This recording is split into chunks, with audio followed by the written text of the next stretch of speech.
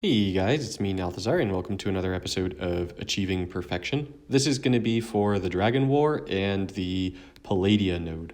So per the usual, I'm going to show off the decks that I would suggest, and then I'm going to get into the node itself, and then I'll go into deck building if you can't actually make either of the decks I'm suggesting. So for newer players, go ahead, use Chandra, either Awakened Inferno or Roaring Flame. Either one is fine. Koth also works for this if you haven't already used up your Koth slot, but I would use something like this. And then for players with larger collections, this is an excellent opportunity to dust off your Karn and use this right here. All right, let's get into the node itself. So the node itself is a Naya node. That means that we can use white, red, and green planeswalkers. For the objectives, they're actually pretty simple for the most part. So you win the fight, you cast 3 or more creatures with power 5 or more, and you deal 12 or more total damage to creatures during the fight. So with this, you can burn your own creatures, and that works just fine. Now, fortunately for us, the permanent support here actually goes with the objectives.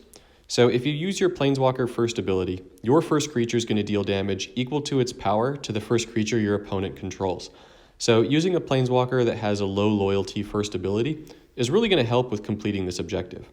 For the second ability, your creatures gain Berserker, Trample, and prevent damage until end of turn.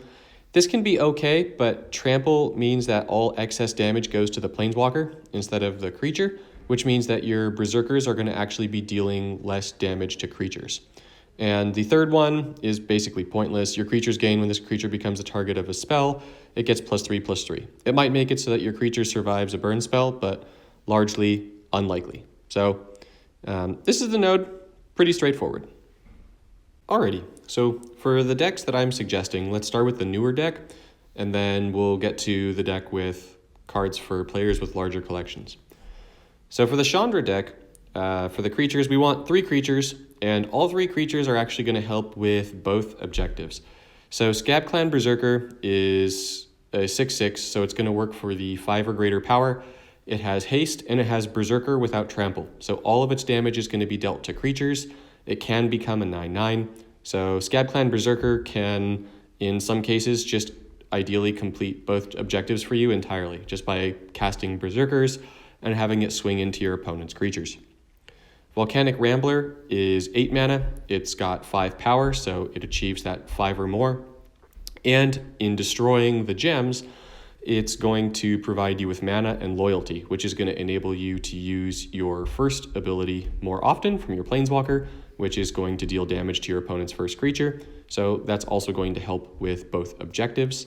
And the Silverclad Ferocidons are going to do much of the same. It's an 8 power creature with Berserker, no trample.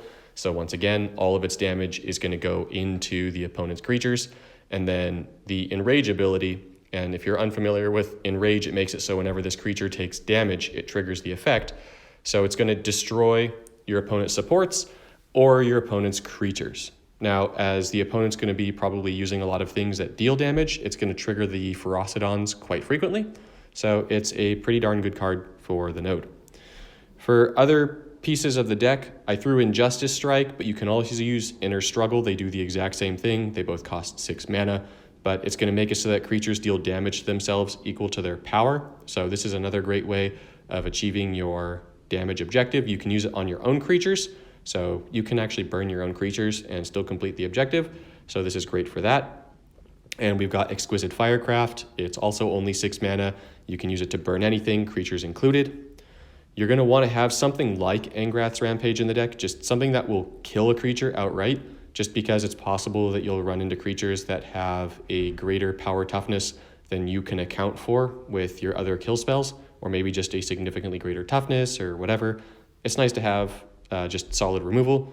Dwarven Mine and Dragon's Horde are going to provide you with gem conversion. The Horde is going to give you card draw. The Mine might give you little creature tokens that you can burn yourself for your objective without losing your own real creatures.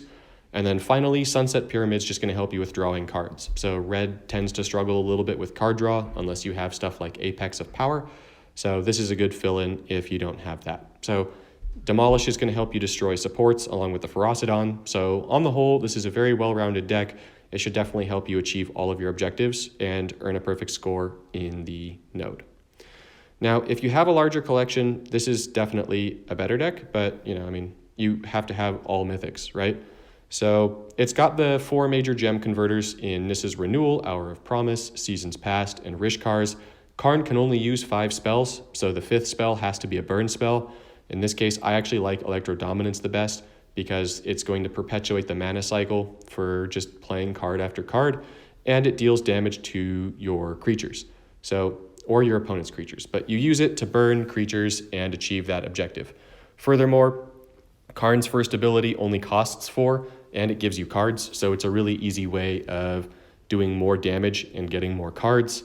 The Sky Sovereign is going to burn your opponent's creatures, so it's going to help with that, and it's got a really big body that can take an Electro Dominance hit, so you can use your Electro Dominance on this, and it stays out, so just make sure that every time you reinforce it, you burn it with Electro Dominance until you've achieved your damage objective. Angel of Invention is fantastic for this node because it's got Vigilance, so when your opponent swings in and hits this thing, it deals all of its damage to your opponent's attackers, and that's going to count as damage. And then Rashmi is just going to help with the spell perpetuation. Growing Rights is going to allow you to fetch Rashmi. You want Rashmi as quickly as possible, so since you're going to be locked into your 5 spells, this is a support that's going to enable you to fetch Rashmi. And then you want to have good support removal, and Doom Foretold is an amazing support removal card, so go ahead, throw this in if you have it. If you don't, you can use Haphazard Bombardment. That works too. I prefer Doom Foretold because then you can also get night tokens that you can then burn. So this is a very well-rounded deck. I've tried it out in the training grounds. I've succeeded in all 3 objectives just as if I was playing the node. It works really, really well. So let's say now that you can't make either of these decks. What should you do? All right, so let's say that you can't make either of the other 2 decks. What you're going to want to do is go into your collection, go to filters, and start by filtering for red. Red is your best bet, and just type in damage and see what comes up for cards that are going to do damage. You can use your red cards that burn things to try and complete the damage objective.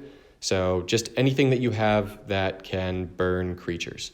So if you're looking for a mythic, you can run Tyrant of Valakut instead of the Sky Sovereign. I prefer the Sky Sovereign because it can take an Electro Dominance, but this is a great choice too. But really just go through your creatures and find creatures that are going to burn things. Burning Sun's Avatar is another great one.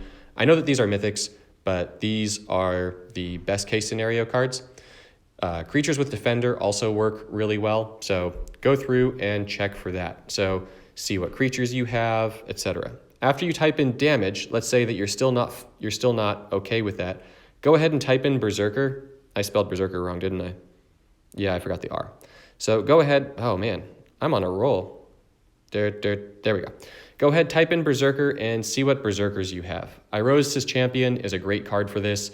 It's only a 4/4 though, so it doesn't actually achieve the 5 or more power objective, which is why I didn't put it in my decks, but it can help you with the dealing damage portion of your objective. Embermaw Hellion is a great one for this. I didn't throw it in because it has Trample, so it's going to make it a little bit harder to deal that damage directly to creatures. Embercleave is great, but once again, it provides Trample, so that's going to make it so the damage isn't dealt directly to creatures. Swiftblade Vindicator is great, but same deal on the Trample front. But go through your Berserkers, see what you've got, throw them on in. Now, let's say you can't run red. You just don't have the cards for red. You're going to want to actually use white instead of green and type in Vigilance, because when you block things, that counts as dealing damage to creatures. So go ahead, try and find what Vigilance creatures you have that you can throw into the deck and have them block and deal the damage for you that way. You can use this with Gideon 1. Use Gideon 1's first ability to give a creature Vigilance, and you'll be golden, honestly. So some great cards to help with that would be On Sarah's Wings. It's going to give your creatures Vigilance, Lifelink, and Flying so they can block everything. Put this on a first striker, and you're probably set for the match. Put it on a first striker that has Death Touch, and you're completely set for the match.